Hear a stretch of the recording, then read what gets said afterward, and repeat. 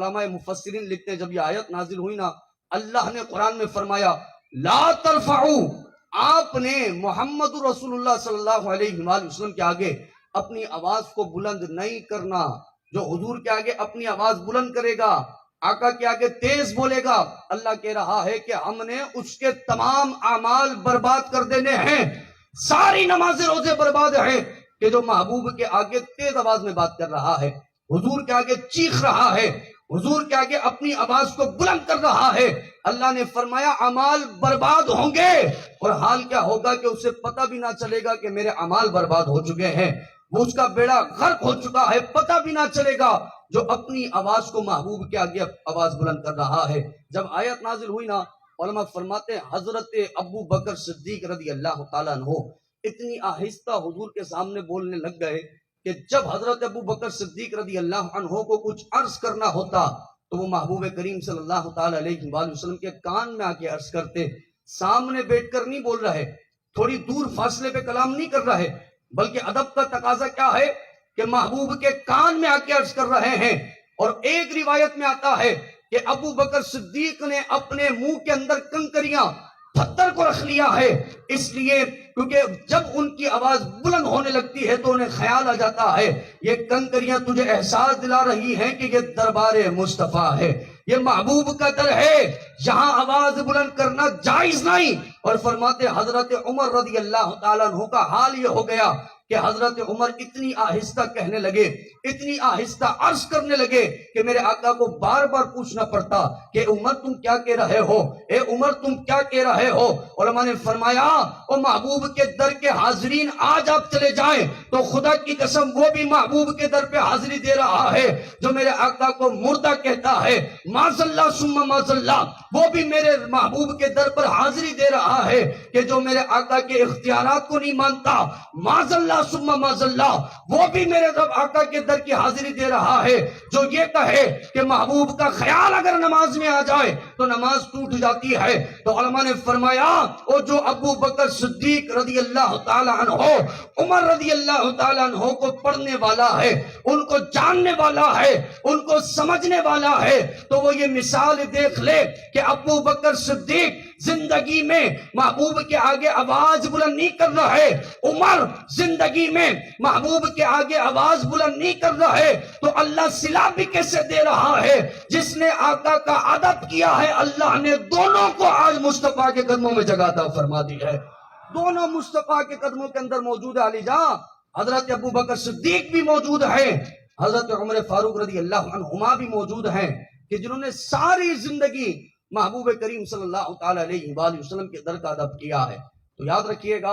اعلیٰ حضرت جو فرما رہے ہیں کہ حرم کی زمین اور قدم رکھ کے چلنا کا یہ مزے والی بات نہیں ہے، ارے سر کا موقع ہے او جانے والے یہ در مصطفیٰ ہے، لے سانس بھی آہستہ کے دربار نبی ہے۔ یہاں آواز بلند کرنا والی جائیں یہ تو دور کی بات ہے، یہاں پر تیز قدموں سے چلنا یہ تو دور کی بات ہے۔ علماء فرماتے ادب کا تقاضا یہ ہے کہ اپنی جو سانسیں ہیں نا اس کا بھی شور نہ آئے، لے سانس بھی آہستہ کے دربار نبی ہے۔ اب آیت نازل ہوئی نا، ہمارے یہاں چونکہ کسی کی فزیکلی طور پر آواز بلند ہوتی ہے، تیز بولتا ہے، لاؤڈلی اس کا جو گلے کا اسپیکر ہے وہ اللہ کی طرف سے بڑا تیز ہوتا ہے، ہم کہتے ہیں یار اس کی آواز بڑی تیز ہے، اگر اس کو مائک بھی نہ دو نا اور یہ اعلان کرنے کھڑا ہو جائے تو آخری بندے تک آواز پہنچ جاتی ہے۔ تو جس طرح سے ہمارے درمیان ایسے لوگ پائے جاتے ہیں، اس طرح سے صحابہ کرام علیہم الرضوان میں بھی ایسے صحابہ تھے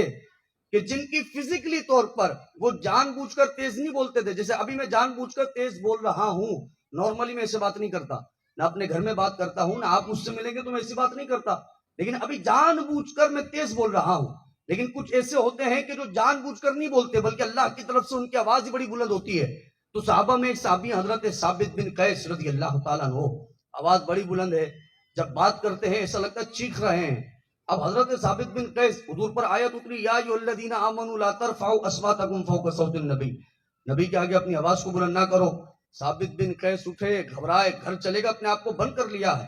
ایک دن گزر گیا، 2 دن گزر گیا، میرے آقا پوچھے ثابت بن قیس ہر دن ہماری محفل میں آتا ہے لیکن آج کیا ہو گیا، 2 دن گزر گئے ثابت بن قیس نظر نہیں آ رہا۔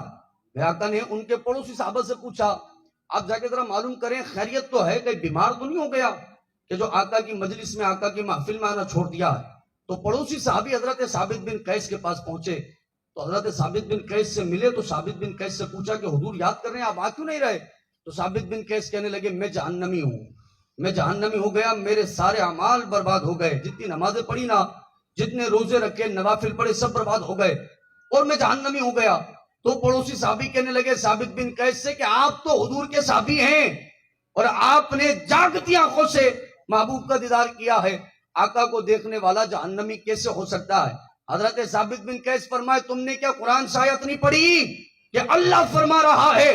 لا ترفعوا اصواتکم فوق صوت النبی،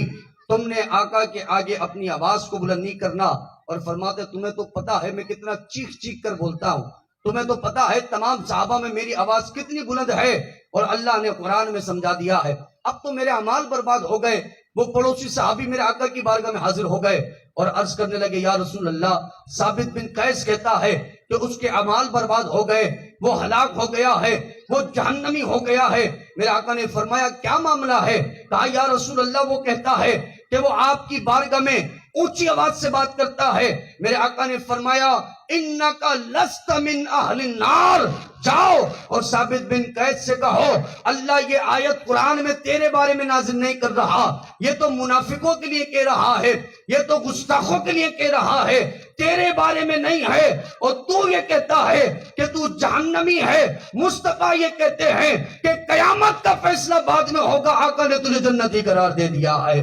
تو جنتی ہے. انکا لست من اہل النار، یہ حدیث کے جملے ہیں. آقا نے فرمایا جا کر اس سے کہو بے شک تو جہنمی نہیں ہے. آقا فرماتے ہیں کہ اللہ نے تجھے جنتی بنا دیا ہے. تو علی جان یہ محبوب کے در کا ادب ہے.